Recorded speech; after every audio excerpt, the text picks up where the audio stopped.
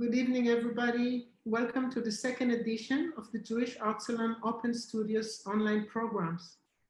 We will be presenting 1 hour programs with 2 to 4 artists, once or twice a month into spring 2021. The featured artists in upcoming programs are members of the Jewish Art Salon who responded to a call or were invited.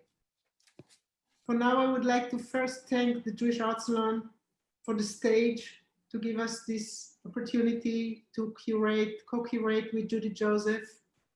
Really enjoy the process. I want to really thank the great team that we have. First of all, advisor, the founder and president of the Jewish Art Salon, Yona Verwer, Chana Wiesenthal Elias, and Cheselyn Amato that are working with us on this program, and it's wonderful, wonderful job. The next program will be next month, Tuesday, November 17 at noon Eastern Time. Artist presenters will be Julian Volach and Sayona Benjamin. Looking forward to that. Today, we will present 3 artists, Joel Silverstein, Leah Raab, and Philip Schwartz. Each artist will present the work uninterrupted, and a 5-minute question period will follow. Please type your questions into the chat and we will call on you to ask.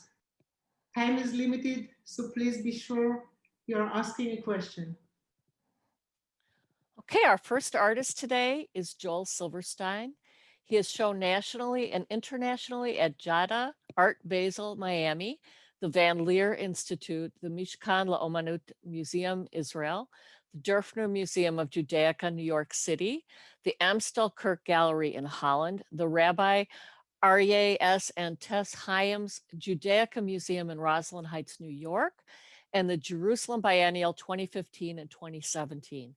The artist critic is a founding and executive member of the Jewish Art Salon and has curated or advised on 14 Salon exhibitions, including Through Compassionate Eyes, Artists Call for Animal Rights at the Charter Oak Center, Hartford, Connecticut, POW for Jewish Comic Con, the Dura Europos Project, both at the Philadelphia Museum of Jewish Art, and UJA New York.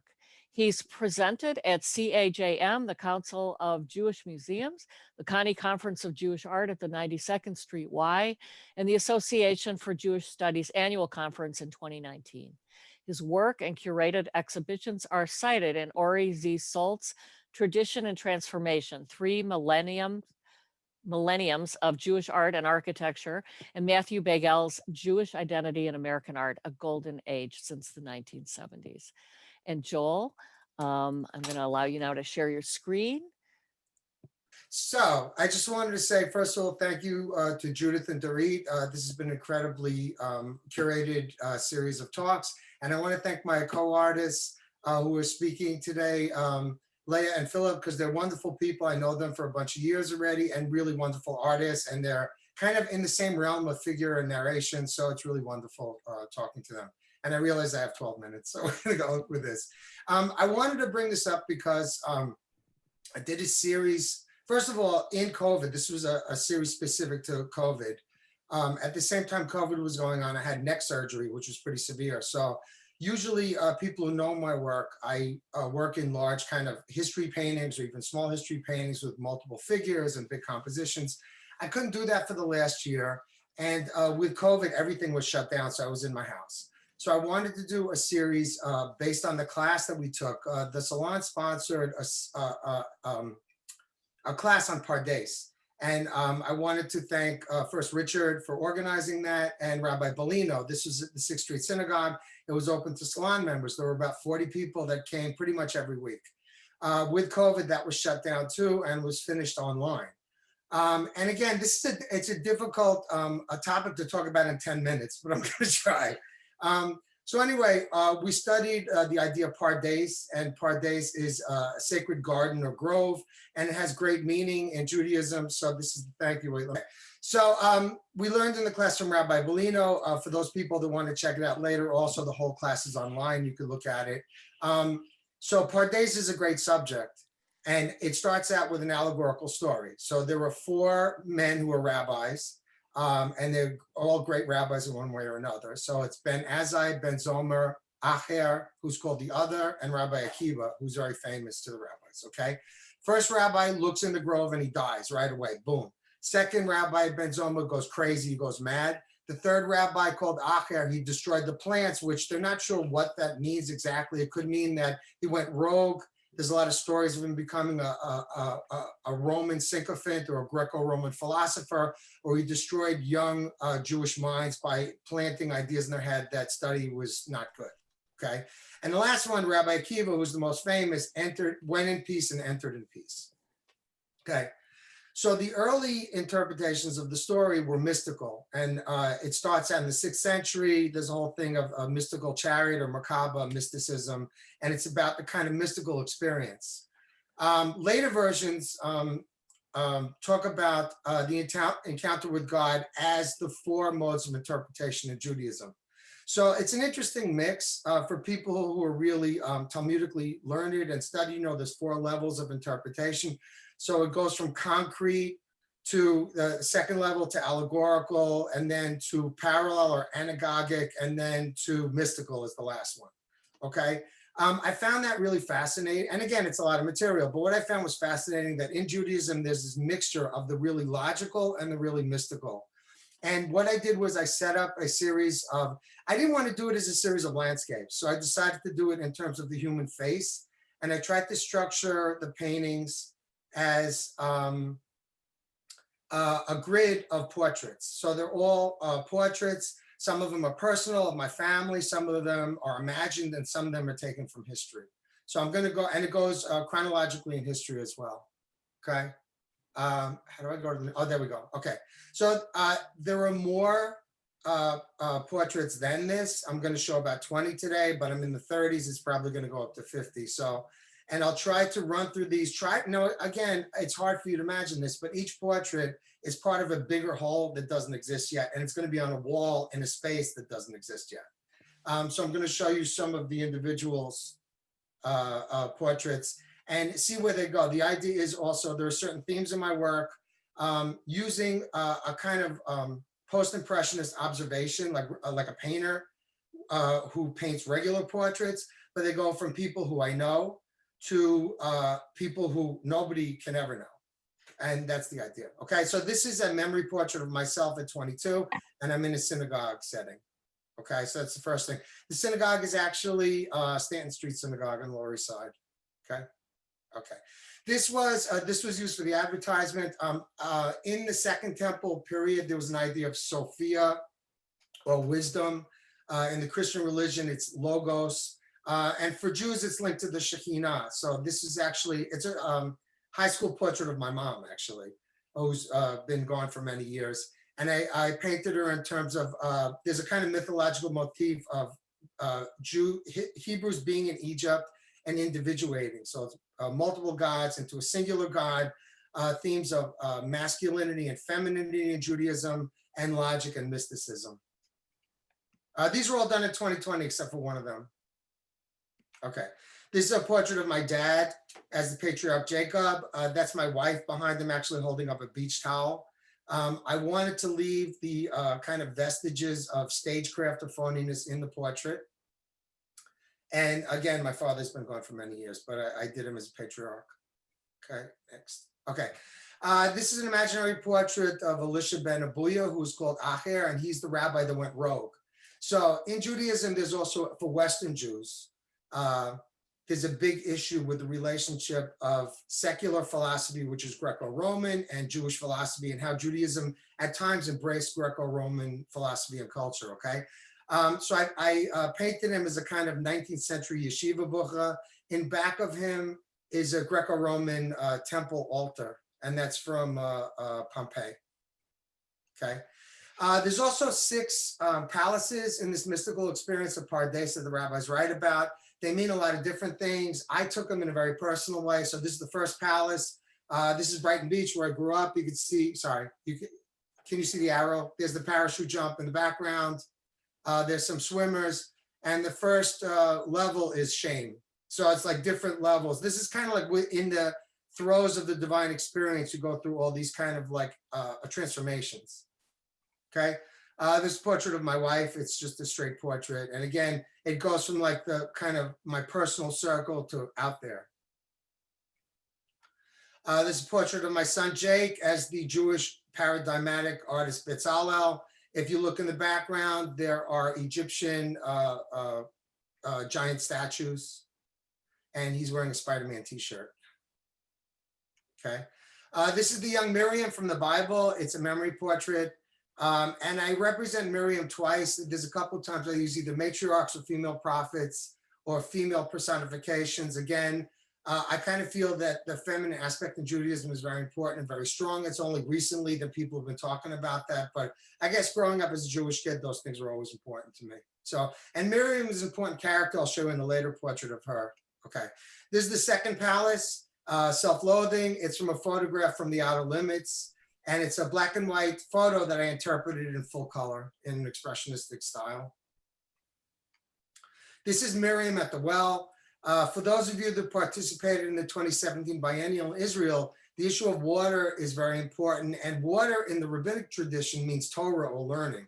So the symbol of Miriam at the well is kind of like this image of knowledge. And I thought it was interesting. You could tell kind of my influences. I like 19th century painting, but this reminds me of a kind of Lorenzo Lotto kind of Northern Italian kind of portrait. Okay, this is the philosopher Philo. He lived in Alexandria, and he was the first Jew to use Greek philosophy. And he's kind of indirectly important to the rabbis, but very important to Christianity. He was also involved with the Septuagint, which translated the Bible for non-Jews, for Greeks, and later for Christians. This is a paper mosaic and acrylic. So this part is kind of quasi in an ancient style, kind of in a Pompeii or in a Fayum kind of style. So it's the mosaic pieces are actual mosaic. This is the third palace of illusions called Folly. The monkey is the usual in Western painting, a kind of symbol for folly or kind of sexuality, different things. Okay, going from here. This is a portrait of Maimonides. It was done from an engraving, but again, I interpret it as if he were in front of me. And Maimonides wrote the book Guide for the Perplexed. And that's also a kind of trying to figure out if you have faith in the modern world. This is written in 1100. It's like amazing, and it's a huge book. If you believe in God and there's all this logical evidence that there is no God or you shouldn't believe in God, well, how do you reconcile those two things? So in that book, that's what he tries to do. And it's still it's a very important book to Western philosophy. And I wanted to kind of show him in his living room, in his library. Okay. This is the fourth palace, is the Yetzer Hara, which is the evil impulse. Those of you who are movie buffs, it's Frederick March and Dr. Jekyll and Mr. Hyde. This is obviously Mr. Hyde. For modern people, Mr. Hyde is the impulse, the id impulse, and it's the evil part of us. And for the rabbis, it's very interesting because the evil impulse is not something to be killed. It's something to be kind of let out and understood and controlled. There are these great stories of, it's like a lion standing in for the evil impulse, and the rabbis say, blind the lion and keep him around. So in other words, it's that notion that you can't be heroic without, there was a Star Trek episode like that too, where Captain Kirk gets split into two people, and he realizes he can't make a friggin' decision because his evil impulse had all the mojo. You know what I mean? So I think that was and that was written by Richard Matheson, who was Jewish, by the way. So it's, I think it's very clear that Jewish rabbis had great psychological understanding, and I still am into reading about that. This is the Rabbi Akiba, the rabbi that didn't go crazy, that was integrated after the process of that whole thing. It's actually a memory portrait of Rabbi Bellino. I don't know if it looks like him, but it looks like him to me. And again, it's the same synagogue in the background. So I wanted to kind of show kind of like a good guy, rational rabbi that can go both ways and be okay with it, This is the fifth palace. It's called Witch or Self-Delusion. Those of you that have seen the 1939 Wizard of Oz, this is the climactic scene where the witch appears in the glass ball. Dorothy's calling out, Auntie M, Auntie M, and the witch comes and she laughs hysterically at her, right? And it's this lie, like Dorothy was expecting her aunt, and she goes to like mess with Dorothy's head. So I thought that was a great image. If you look in the painting, some of this is from the photograph, some of this is made up. So this is from a photo still. It's the ball, actually, and Margaret Hamilton. The hand is made up. It's from the flying monkeys. The ruby slippers is from another still, and it's partly made up. So Dorothy's in there too.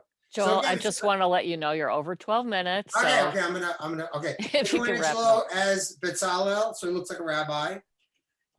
Disintegration, the 6 palaces, I have eyes, but I cannot see. This is starting to get more fragmented. And the last one is actually a fragment of a larger new self-portrait, and that's me now. So, okay. Thank you so much. That was absolutely stupendous. So now you should stop sharing your screen, or actually you can Okay. leave them up during questions and answers. Okay. I'm going to call on people who ask something in the chat, and then I'm going to open it to other questions. And what I'd like you to do, please, is to go into the participants field, and you can raise a hand there and ask questions for Joel, and I'll call Sure. on you and you can unmute yourself. So the first question is from Tina Marcus. Would you Sure. unmute yourself, please? Oh, there we go. Yeah. So Joe, really exciting colors. I really, I'm All getting right. some backlog there. Yeah, I'm don't not- unmute unless you're asking a question. okay. Oh, no, you're good. Thank you. Joel, I love your colors. I just love how your paintings make me feel. And the backstory, of course, really put it all together for me. But I have no idea what are the sizes of these paintings? They're modest. And again, because I was recovering from neck surgery, and so they're 18 by 24s. That's what I could manage. And I wanted to put them together in a big configuration. So it would be, say, 10 by 5 or even bigger. And the thing is, the more paintings I do with this, the more people come to mind in Jewish history or Jewish text, mythology. So. Right. And then just a follow-up question. So since you plan on putting these all together in another composition, when you are making these individual paintings, was there some thought behind of how you're going to piece them together so that that composition may flow through that space? I think the same way. I think it's going to be chronological and emotional, like historically chronological and emotional. I'll start with personal self-portraits and then go out from there. And then personifications of mystical experiences taken from, and I use movies, I use comic books, I use old illustrations, I use master painting, National Geographic photos, whatever I think works. I'm a figurative painter, I'm not abstract. And so the idea of just doing an abstraction, it never looks right to me, so. Oh, thank you so much, enjoyed Yeah. it. Well, thank you, Tina. And we have a question, let's see, from Tati. I don't know if it's specifically for Joel, but go ahead. Yeah, it's for Joel. Yeah. First, I'm glad to see you so productive. It means you're recovering very well from your surgery, right? Thank you so much. Yeah. And did you do all those works recently? 2020, except for one painting. They're all done in 2020. Wow, you're so productive. Thank you. It's amazing. So you mentioned that you made Michelangelo look like a rabbi. Yeah. Any particular reason? Was he Yeah. Jewish? No, not at all. But the thing is that I like finding Judaic things in non-Jewish people. And Michelangelo also was a synthesizer of Jewish and Greek. The whole Sistine Chapel is a synthesis of Hebraic and Greek thought. He has the prophets and he has the Sibyls together. And so that was very striking to me. There are aspects in Christianity that sought to understand the Jewish tradition. And so he was one of those people. Thank you, Tati. We And have one. very interesting sorry. work that you made, like kind of a mosaic, look like mosaic. Very interesting. Thank you. Yeah. Thank you. Okay, thank you. Very interesting. Okay, great questions.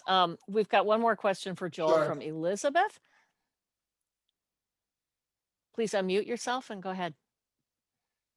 Yeah, you had mentioned the palaces. What is that? I didn't understand the context there. Okay, so in the text, and Richard could probably bring this up better later, but in the text of these, the later, right, it starts in the 6th century or even earlier, and then it develops until modern rabbis in the Talmud, in the Jewish mystical writings, Kabbalah, all the way through, and they each add a different layer to it. So one of the structures that they talk about are 6 palaces. And I'm sure it's very similar to other kinds of mysticism, whether Muslim or Hindu. And the palaces represent levels, and you have to get to different levels to go further in the mystical experience, and they represent different things. Now, when we read what they were, it was really hard to understand. I mean, it made no logical sense. It was about, like I put up the version of the Babylonian Talmud, you could look at it. It was about water turning to stone. And, so it was all these kind of like, you have to be in on the note to understand what they're getting at, or kind of figure out an allegorical meaning for yourself. So I took it in my own way. Thank you so much, Joel, and thank you, Elizabeth, for your question. And now we're going to turn it over to Dorit for an introduction to Leah. Sure. And Joel, please stop your share so that What do I hit? click share? on the bottom middle of your screen. There should be maybe the share screen. You just click on that and stop share. Stop share. Okay. Yeah, there you go. Okay, great. Perfect. Thank you. Thank you, Dorit. You're up. Sure. Thank you very much, Joel, for a great presentation and the opportunity to see the new productions of you. You did so much, and I love the sense of humor in your work. Great work. Thank you so much. Thank you. Presenting Leah Raab, who was born in Trenton, New Jersey, and began her art studies at the University of New Hampshire. She received her BFA with honor of Basel Academy of Art in Jerusalem and completed her MFA at the New York Studio School. Having moved back and forth I'm continuing representing Leah Raab. She's having moved back and forth many times between cultures of Israel and the United States. She paints themes of dislocation and belonging. Deeply important familiar places or moments in time reflect internal tensions in the seemingly calm setting, overlaid with a sense of impending dawn that may explode at any moment. During the COVID-19 pandemic, Leah's preoccupation is with depicting sense of outdoor prayers or of praying in isolation. Leah now lives and paints in Ra'anana, Israel. Go ahead, Leah, share your screen. Thank you to Yona and the Jewish Art Salon, to Dorit and Judith for this wonderful opportunity to show my work. Thank you for continuing to provide us with a vibrant art community. Okay. At the beginning of the pandemic, I was unable to focus, overwhelmed by the news. I felt frozen and scared. I spent a lot of time saying Tehillim and praying for friends and relatives who were sick. Unfortunately, some died and some are still recovering. During this time, I observed many people turning to prayer as a personal expression of hope, a wish for the future, a plea for healing, or a more formal and traditional way of communicating with God. Nice. I'm sorry? Prayer verbalizes our needs and desires or expresses gratitude. When one is feeling helpless, prayer can give a sense of purpose. I believe that there is a great power in the words of prayer, bringing an energy into the universe. I daily witness people praying in solitude on balconies or backyards, standing alone outside of a shul, or even on a busy street corner at sunrise. Some people congregate in parks, playgrounds, or driveways, seeking the comfort and support of belonging to community. Coming together, yet distant, these figures appear angelic and righteous, wrapped in their talitot. I am very moved by the stillness and serenity of these poignant outdoor scenes. Whenever I come upon them, I am immediately struck by an aura of luminosity or pure holiness. When something deeply touches me, it creates a strong reaction within me, and I become obsessed with the need to record it. I started sketching and painting these moments in time, which I found so paradoxical, spiritually uplifting, yet at the same time heartrending to see lost figures outside of the shul. For me, painting has also been a form of prayer or meditation. It is quiet and reflective. It forces me to slow down, organize, reevaluate my thoughts, and deepen my perspective. Painting is my way of experiencing the world as I analyze and explore the many expressions of prayer during Corona. I'm absorbed with manipulating images within the space and making unusual color choices to create my own reality. In my work, unrecognizable masked figures gather, sometimes appearing as ghosts, juxtaposed with odd playground equipment. These comical structures seem out of place for a serious prayer service. Some scenes look bizarre, almost as if people are facing and worshiping the cartoon-like characters. Oftentimes, the comic book figures look more animated than the people themselves. Worshippers stand immobile, deep in prayer. A sense of melancholy and foreboding is intensified by the harsh forces of nature. There is a vulnerability in the lone figures standing outside, sporting t-shirts, shorts, and flip-flops, rather than wearing more typical synagogue attire. I'm in awe of their devotion and resolve to show up daily. It wasn't easy to be outdoors in the blazing heat of the summer, seeking out a shaded, quiet, and safe place in which to pray. Women praying at bus stops is a common sight. Observing these tender moments feels intrusive, but maintaining a respectful distance makes it very challenging to capture the more powerful moments. I use my own photographs as references, combined with memory or imagination. Some paintings are even self-portraits, on the outside looking in. As a spectator, reluctant to participate. In truth, I pray best alone. The figure on the right, can you see the figure on the right, or is it covered by the? We see that. We see it. Okay, the figure on the right is a family member saying Kaddish during the week of Shiva for my mother-in-law. The funeral and Shiva were unusual and strange because of the restrictions.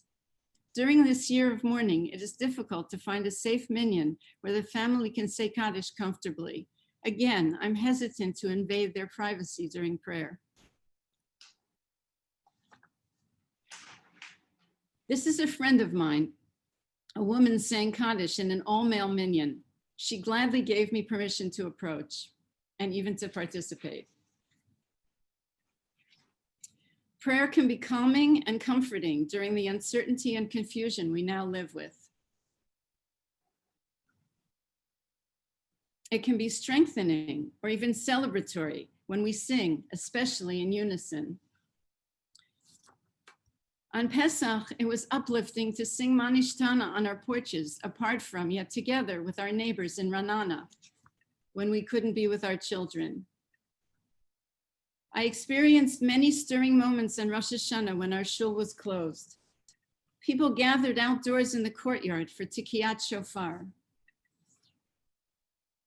The sounds of the shofar represented yet another level of prayer, the raw emotion of crying. On Sukkot, we were reminded of our vulnerability by eating outside in the sukkah, as well as praying outside, forbidden to enter the shuls. This is a street scene of Hakafot during the Hoshana prayer. On Shmini Atzeret, we recited Geshem, the prayer for rain, asking for life, good health, and sustenance. These are all things that are so uncertain, unpredictable, and relevant today. This is in front of our shul. I continue to delve deeper into more intimate moments of prayer as people express their innermost thoughts during these unsettling times. I participated in many Zoom ceremonies during COVID. This is a family Zoom Brit. I'm watching from the top right square. Part of the atonement process on Yom Kippur is saying Al Chet, reviewing past mistakes. During these months of introspection, I put together 3 videos of my recent work with accompanying music, prayers, and songs in Hebrew.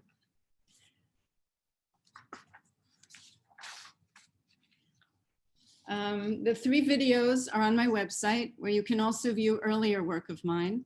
And 6 of my paintings from this series are now on exhibit at the Leonardo Gallery on Leonardo da Vinci Street in Tel Aviv. Thank you all for looking at my work, and may we all stay safe and healthy. Leah, that was an unbelievably moving chronicle of this time. And I dare say a very unique one. I can't imagine that anybody anywhere in the world has recorded this time and reacted to it, that little slice of life the way you have. So that alone is quite an achievement, but they're so beautiful. And thank you for sharing them. And most of the comments are just kind of lauding you, but we do have one hand raised by Richard McBee. So Richard, please unmute yourself and ask your question. Hi, thanks, Leah. Shalom Aleichem. Nice to see you. Wow, really a wonderful, wonderful suite of work. I think what strikes me, well, two things. One, many of your work, you have a sensitivity to light. I know you're concentrating on other things, but light, of course, gives the atmosphere, and it is just, it's captivating. I think also what struck me is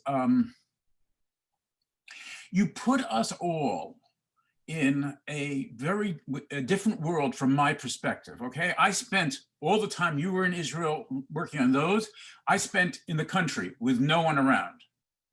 Your vision of this crisis is deeply social, is deeply about being with other people, and not just other people, but other people who are observant Jews, who are reaching out, who are in prayer. Now, of course, all these people go about their lives, but still you presented a world that in an amazing way, and I'm almost ashamed to say this, but it is because of where you live, that is kind of foreign to me.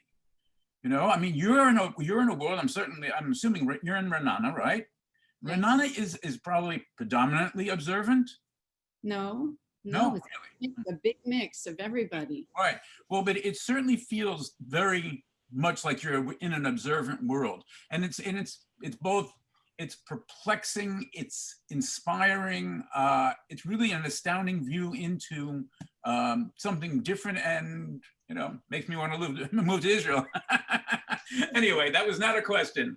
It's not a religious city, and I don't see these scenes everywhere. I go on these morning walks because I have to walk every day. Mm-hmm. And that's why I'm struck by it, because in the middle of nowhere, I suddenly see people davening. It's bizarre. It's really bizarre. In a playground, in a park, in a driveway. You don't see it everywhere. But when you go on a morning walk, you come across these scenes. But of course, in Sheffield, Massachusetts, and in New York City, you pretty much see it nowhere. Or at least in Manhattan. You don't see it in Manhattan? No, not at all. And No. it reminds me of a flock of birds, when you just I walk don't around. agree with you. I live in Manhattan and I see it. Mhm. And We I've have a been few to more some questions. Oh, sorry, Tati. Okay. Susan Maytel has her hand up. Go ahead, Susan, unmute yourself, please. They're really so beautiful, so moving, and really have brought tears. What size are they? I should have written it. Some of them are 30 by 40, large canvases, wow. But because of the pandemic and the restrictions, I couldn't get to the art supply store. So I actually started working small canvases. Some are 8 by 10, 9 by 12, 20 by 28, 30 by 40. There's a big one that's 38 by 48, but 28 by 20. Most of them are small because I was limited with my space and I was limited with going shopping for art supplies.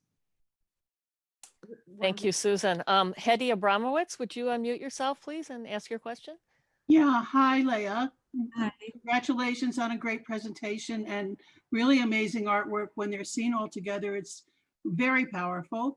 I also live in Israel, so I also lived in a mixed neighborhood, and I also regularly saw people davening outside in front of shuls, outside of, in parks, even sitting on chairs in the back of the proper courtyard of a shul. There would be women who would have chairs lined up and so forth. And it's really not unusual in Israel to see these things, and especially during the lockdown. and there were 2 lockdowns. We just finished the second one. So I just want to say that I attribute this, I mean, this is the Jewish Art Salon, I think I can say this. I attribute this to living in Israel is a very different experience, as Richard McBee just pointed out. It's not an uncommon sight what Leah saw. What is uncommon is how she saw it. And I think her recording it and her need to record it is a big factor of this suite of work. And also the ironies that she found in the playground scenes and the incorporating the very mundane but very real aspects of the bizarreness of people praying outside where children play outside. So I just want to say thank you. What's my question? Sorry. Thank you, Hetty. I just want to make sure that we have time for Philip. So I'm going to hand it over to. Go ahead. Thank you. No, you did great. And I did notice, Joel, that you raised your hand. And if you could hold your question until the end, that would be great. And I'll circle back to you. So Dorit. Right, first of all, Leah, your body of work is just fascinating. I'm a fan, you know that. But I think this body of work is like a documentation. Paintings, usually you see this in photography, but this is like, I never saw a documentation in paintings like frames. It was like a movie. It was fascinating. I think also you brought the point of view of Orthodox society, and which we don't see. And feminism, there was a lot of female praying in public areas, and this voice we're missing so much. And thank you for that. I really like this work. Thank you. Appreciating. Thank you. Thank you. Going to Philip Schwartz. Philip is from Metro New York and attended the School of Museum of Fine Art in Boston, where he was awarded a traveling scholarship and an exhibition at the Museum of Fine Art as a winner of their prestigious 5th-year competition. Philip has shown at the Institute of Contemporary Art in Boston and at galleries throughout Boston, Provincetown, and New York. He currently lives in New York's Hudson Valley, where he continues to produce and exhibit his work. Philip has participated in group exhibitions and promotes social justice and HIV awareness in the local, national, and international arenas. Philip's works throughout his career has spoken to the relationship between human suffering and the divine. Much of his work is inspired by his family's relationship in the Holocaust and his own inner journey in coming to terms with that history. Some of his work might be seen as questioning where God is in our struggle, while other pieces are visual laments or meditations. His paintings reference Orthodox Christian iconography and is made using authentic materials, egg tempera and gilding on gesso primed boards. His paper cutouts and aluminum prints engage a more contemporary feel. Philip, it's all yours. Well, thank you very much, Dorit. Thanks, and thanks for this opportunity.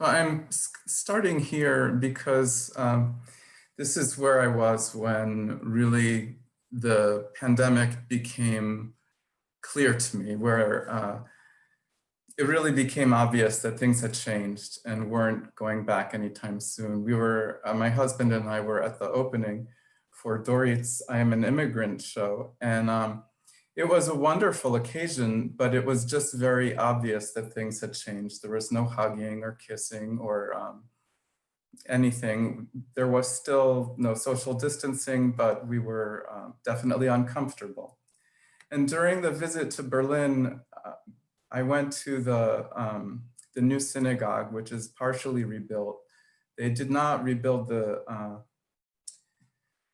sanctuary, but they have some galleries in there, and they had a really nice show, and it sort of inspired me to think about a body of work, which I'll get to later. When I got home, everything was different. We couldn't find any groceries or masks or anything.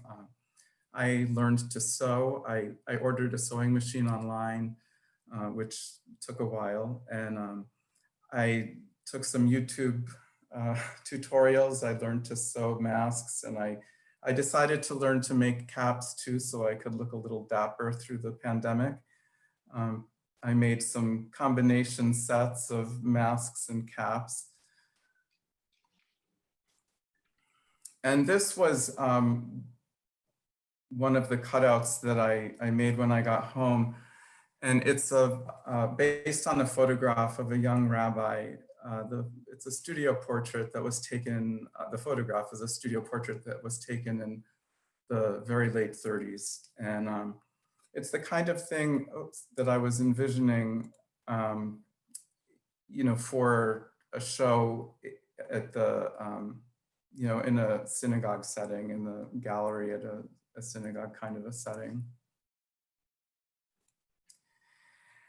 And this woman is Vladka Mead. And this is the only piece I'm showing today that I did before the shutdown.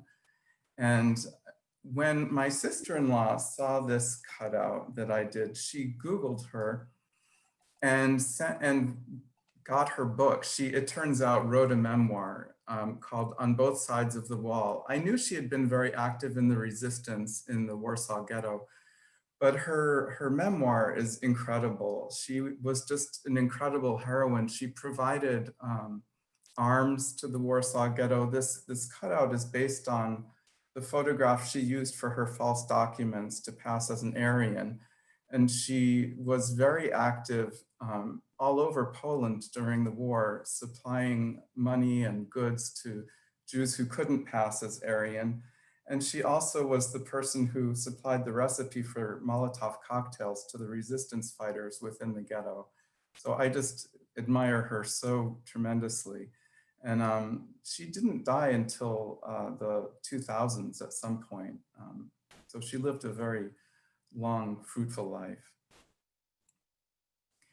And this is based on a studio portrait of a little boy. And this is sort of another cutout that I see as being part of a show. I would love to do a show that's sort of a site-specific to a city and do paper cutouts based on Jews of that city. This is a less fortunate little boy. It's his mugshot. There are absolutely just hundreds of these on the Holocaust Memorial Museum website. It's from Warsaw also.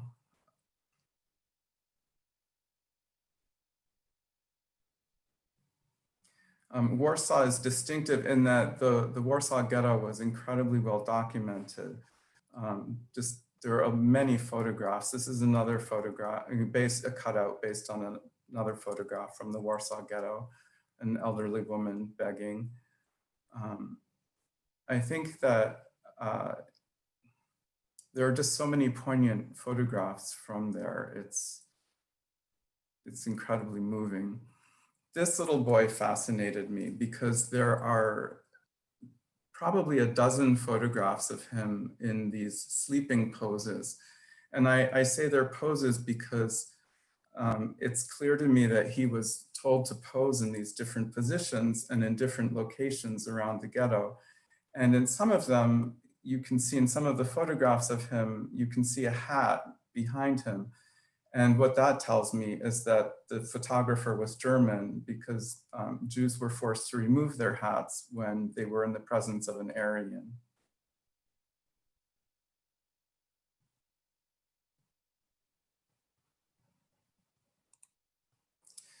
And this cutout is based on a photograph, a very early photograph from the Holocaust. The photograph was taken in 1939. And you can see that these prisoners have already been starved. The photograph was smuggled out early, as a warning, which clearly was unheeded. Or didn't reach the right people, but the photograph survives in the archives of the Holocaust Memorial Museum. This cutout is based on a photograph of a Jewish partisan fighter. It was taken at the end of the war. He just really struck me, just the power of him, his nobility. So this was the first painting I did during the lockdown. And I work in egg tempera paint. This was a self-portrait from my studio. As you can see, I'm wearing one of my cap and mask combos. And I think it sort of speaks to the isolation that I was feeling being, living in the lockdown.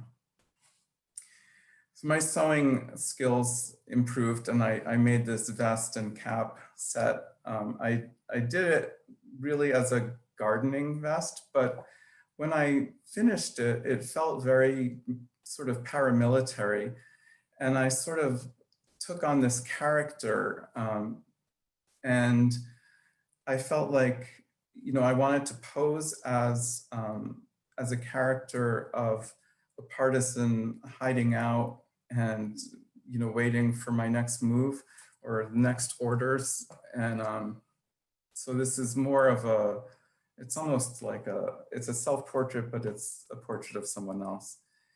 And in this self-portrait, I'm sewing a star onto a garment. And I was really sort of thinking about what it would be like, what was it like in 1938 when the Nuremberg laws were passed, when suddenly you had to sew stars onto all your clothing and identify yourself. I mean, not that I hide being a Jew or could, but to suddenly have to sew this, Judenstern onto your clothing. And it was a very powerful thing to do, really. And I made a replica of the star following the instructions in the Nuremberg laws about the scale of it and the color and the size text and everything. And then I sewed it on, and it was a very strange feeling to do that. And you can see my dog watching me as I do it. And here I am actually wearing the star. This piece is called Self-Portrait with Kazakh Carpet. And it's amazing to me how large the star felt once I actually put the garment on. It didn't seem that big until I put it on. And I used a Kazakh carpet as the background because I know of a bunch of people, the mother of a friend included, who sheltered through the war in Kazakhstan and were safe there, and the people of Kazakhstan were quite hospitable to them through the war. And this piece is called Self-Portrait on the Wrong Side of a Fence. And in it, I use a bit of Christian symbolism. My father was an art historian, and I've always been extremely interested in Christian iconography. The Christian symbolism I'm using here is the color of the cap. The color red is symbolic of martyrdom in Christian iconography. And I thought it sort of exemplified the concentration camp experience in a sense. What I've done here is I've taken a photograph of myself behind a fence, and then I replaced the background with a picture of the current state of a portion of Sachsenhausen. And you can see it's just completely unkempt. It's being allowed to go back to nature. This is a portion that's not open to the public, and it's just being overgrown with trees and tall grasses. The buildings you see are barracks. where I'm standing would be, where you would assemble for roll call. And this last slide is called, the painting is called Self-Portrait Among the Lost. And I do a lot of research on the Holocaust Memorial Museum website, and you cannot avoid just hundreds of pictures of piles of corpses. And they're just heartbreaking. And every time I see one, I feel like I want to somehow be with these people, like to support them in some way. And I mean, obviously you can't be with them, but in this painting, I've put myself with sort of my lost brothers, if you will, and just try to be there for them or in support of them, at least, in this way. I did add a little bit of clothing, just in the interest of modesty, just the pants on the one figure. Everyone else was covered to a degree. And the way I positioned my figure blocks another figure. So, but I just felt that there should be some dignity accorded. So anyway, that is my presentation. Thank you, Philip. Such powerful, moving work, so exquisitely executed and emotionally profound, spiritually profound. We have a lot of questions and comments for you in the chat. And I'm going to sort of condense 3 of the questions because 3 people, Rena, Marlene, and Ross, essentially asked the same question, which was about the technique involved in your paper cutting. They wanted to know more about it. I think Marlene said it looks like a silk screen, and Ross asked, I think it was Ross, asked, why did you choose paper cut? So can you tell us a little bit about how you work with paper cut for these pieces? Well, it's funny, a lot of people think they look like silk screens, and I've been asked about that before. And I like to work with paper. I choose an image and I draw the image onto a piece of paper, and then I choose colors and I cut each color out and I assemble it sort of as you would assemble a collage. For me, it's more comfortable than silk screen. I have a small studio and I'm not really comfortable with fumes. That's one of the reasons I paint in egg tempera, because it's just water and egg yolk, and there's no, the worst fume you'll get is vinegar. And with silk screening, it's very hard to not have fumes. And what I've done, like when I have printed these larger on aluminum, I actually send them out to have that done. I'm just not I don't do well with toxic fumes. So I don't know if that answers the question. I think it does. And I also paint in egg tempera, so we need to talk. And I also got into it partly because of that, and also love of icons. Kimetta asked a question about do you make your own paint? And I think clearly the answer is yes. Yes. Okay. So, and then I see that Richard has his hand up, and then Joel, I didn't forget you had a question for Leah, so we'll circle back. But Richard, would you like to unmute and ask your question? Sure. Wow, Philip, thank you so much. An astounding amount of work here. It's so interesting, the cutouts. And I know you've kind of written about them. Actually, I think somewhere along the line, you actually talked about how you felt that it was a kind of a relaxing, meditative experience. Well, yeah, but not for the viewer. For the viewer, it creates this unexpected tension on the surface, especially when you really see that it's a cutout. Some of them feel masked, but many of them not. So it's like a whole other experience of how the image is translated. But the thing I really want to focus on is it seems to me that you have used, in a way, this covered experience, the experience of what we are all going through, as a Holocaust metaphor, which I certainly never would have thought of.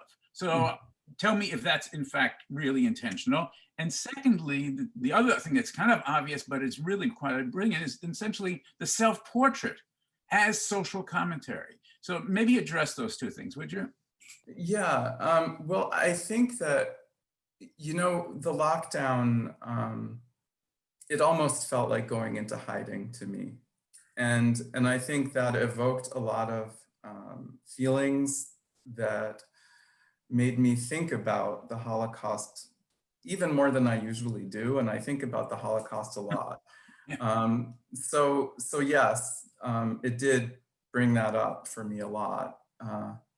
And so that is intentional. I don't know that it started as intentional, but I certainly took the ball and ran with it. And I think the self-portrait,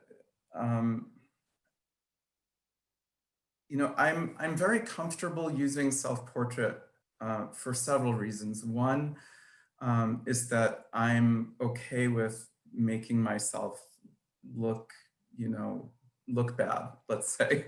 I don't care if I'm ugly in a portrait, whereas like I get very nervous when I paint other people that they won't be pleased with the way they look at the end of it.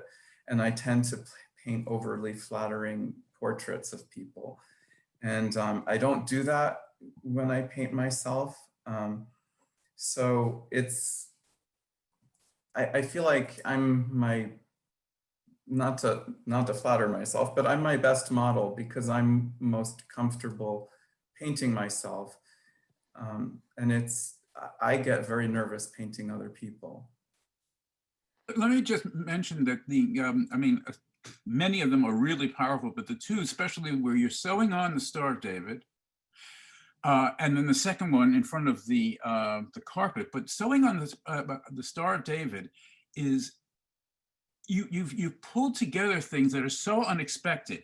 You've got this very, very little pretty sewing kit, right? So it's so domesticated. It is so normal, as it were. And then you've got your glasses, and I guess that must be a threader there, right? And the dog, and the tile behind it, this kind of Dutch fan style, whatever it is so much about domesticity, of a security, a safe place. And then you suddenly turn it on me with the Magen David, and you looking back, look what I am forced to do. I'm getting chills just thinking about what you've done in that one painting. Anyway. Oh, thank you. Congratulations, Yisher Koach. Wow. I'm going to jump in because we ran over again, and there are a few more people with questions, and Joel, we didn't get to you either. But Shara, I want to give you a chance because we haven't heard your voice yet. So if you have a quick question for Philip, please unmute. I'm a child of 2 Holocaust survivors, and I rarely am able to look. Thank you for your work. Oh, thank you. Yeah, my question to you is, when you do your cuts, are you using knife, scissors, or both? Both, mostly knife, but for larger areas, I will use a scissors. Stunning, especially the limited palette is just perfect. Oh, thank you. Thank you so much. Thank you very much. Thank you, Shara. And Joel, I promised you I would circle back. So here I am. If you have a quick question for Leah, and then I think we should wrap it up. Okay. I guess can you hear me? Yeah. Okay. I'm going to pass on Leah. I can talk to Leah privately. Leah, congratulations. I want to ask Philip actually, because now it's kind of closer in time. Philip, do you know the work of Felix Nussbaum, the Holocaust artist? Oh, yes. And actually, when we were in Berlin, I saw some work of his at the Museum of German History and Culture that I hadn't seen before. They had his self-portrait, his last self-portrait at the Neue Museum for one of their shows. And it's just, it seems there's a thematic connection. And I guess it's a kind of about, artist as hunted victim, Mhm. And Yeah. I just want, you're an extraordinary artist, really. Thank you so much. Oh, thank you, Joel. Yeah. Thank you. I just want to apologize to anyone I didn't call on, and please reach out individually to the artists. If you don't have their contact info, you can probably find it on the Jewish Art Salon website. And I just want to say thank you to the artists. It was another fantastic program. And Dorit, I think you had a few reminders for us. Right, first of all, thank you, Philip. This was an amazing, beautiful presentation. And your approach to the Holocaust in your paper cards are just fascinating. Thank you again. Love your work. So thank you, everybody, for being with us tonight. And it was amazing again. I really enjoyed to see all the presentations. I want to remind everybody about the program for next month. We have a little time in between right now. So November 17, we're going to have presenting Julian Volach and Siona Benjamin. Don't miss that. Hope to see you. Stay safe. Great to see you. And thank you, Jewish Art Salon, for the stage. And goodbye for now.